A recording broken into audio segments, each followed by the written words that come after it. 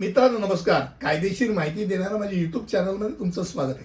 आजचा विषय power of अटर्नीच्या मदतीने एखादी व्यक्ती तुमची मालमत्ता विकू शकते का?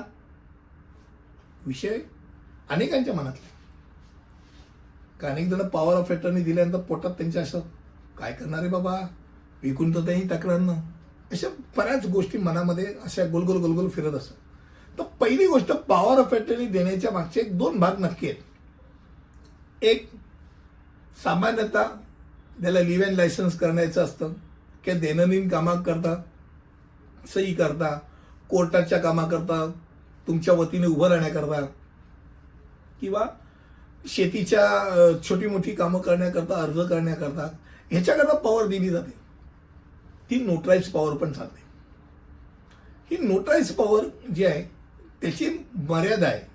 त्यात तुम्ही खरेदी, विक्री, रिलीज, गिफ्ट करू शकत नाही.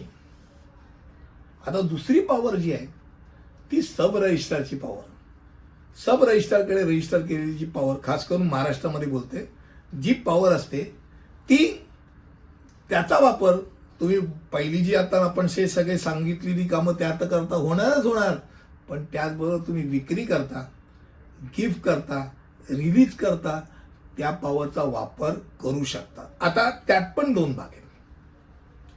मग दुसरा भाग काय, तो महत्वाचा भाग आहे, तो म्हणजे तुम्ही पॉवर कोणाला देता त्याच्यावरती ते अवलंबून. समजा धरून चला तुम्ही जवळच्या रक्ताच्या नात्यातल्या व्यक्तीला पॉवर ऑफ अटर्नी दिली सब रजिस्ट्रारची. आई, वडील, बहीण, भाऊ, मुलगा, मुलगी, नवरा, बायको. तर अशी सब रजिस्ट्रारची पॉवरचा वापर करून तुमचा रक्ताचा नातेवाईक तुमचं घर, शेती, वाडी जे काय ते विकू शकते, गिफ्ट करू शकते, रिलीज करू शकते, गायब करू शकते. एक. आता जे नॉन रिलेशनमध्ये, म्हणजे ते रक्ताच्या नात्यातले नाहीत, रक्ताच्या नात्याच्या बाहेरचे मित्र मंडळी असतील, शेजारी असेल, लांबचा नातेवाईक असेल, त्याकरता मात्र सब रजिस्टरची पॉवर जरी असली तरी तो ॲडमिशनची पॉवर असते.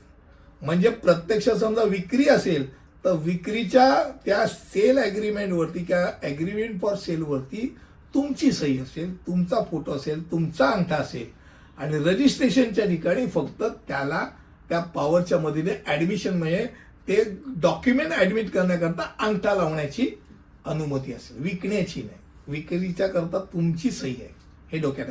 तुमचा अंगठा आहे आणि तुमचा फोटो तिथे ओरिजिनलवर आहे. सुप्रीम कोर्टाने आत्ता नुकत्या एक न्याय निवाडा दिला 2023 साली. त्यात स्पष्टरित्या म्हटलंय की मालमत्ताचं हस्तांतरण करण्याकरता पॉवर ऑफ अटर्नीचा वापर त्याच वेळेला होऊ शकेल ज्या वेळेला तो पॉवर ऑफ अटर्नी देणारा प्रिन्सिपल यांनी स्पष्टपणे तसं त्यात लिहिलं असेल आणि त्याकरताची सर्व आवश्यक कागदपत्रे त्यांनी सुपूर्द केली असतील, तर ज्याला त्यांनी अटर्नी केले तो त्या अटर्नी त्या कागदपत्रांचा आणि पॉवरचा वापर करून तो रक्ताचा नात्यातला असेल तो विकू शकेल, गिफ्ट करू शकेल, रिलीज करू शकेल.